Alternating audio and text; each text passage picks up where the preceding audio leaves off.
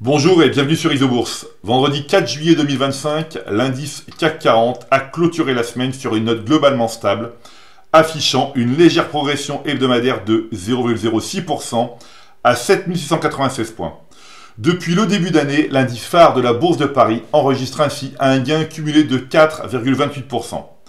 Alors que la semaine boursière a été écourtée aux États-Unis en raison de la fête nationale du 4 juillet, les marchés ont fonctionné normalement en France. À Paris, les grandes capitalisations ont terminé la semaine sans grand mouvement, tandis que les petites et moyennes valeurs ont nettement tiré leur épingle du jeu.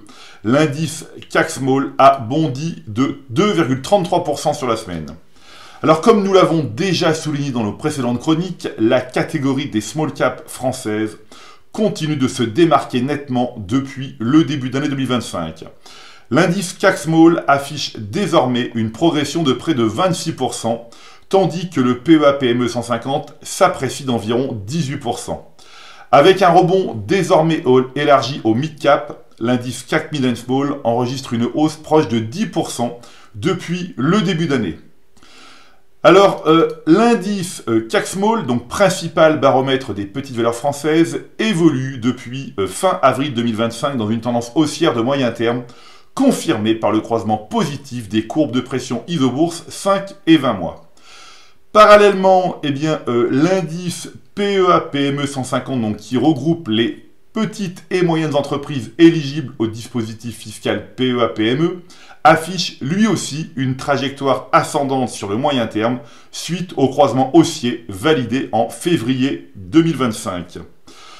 Depuis fin juin 2025, le CAC Mid and Small, qui regroupe les petites et moyennes valeurs françaises, a rejoint ce mouvement. Cet indice a également confirmé un croisement haussier des courbes de pression Isobourse 5 et 20 mois, renforçant la dynamique favorable à moyen terme sur ce segment du marché.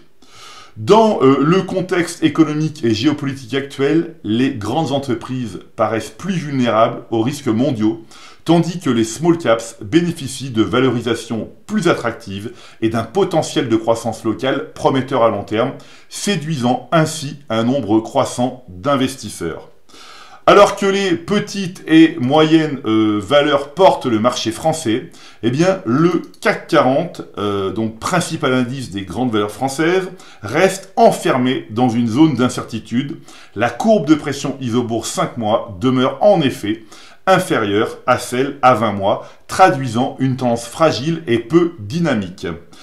L'analyse maintenant de la composition de l'indice CAC All Tradable, donc qui reflète l'ensemble du marché français, toutes catégories confondues, révèle une amélioration progressive de la tendance générale.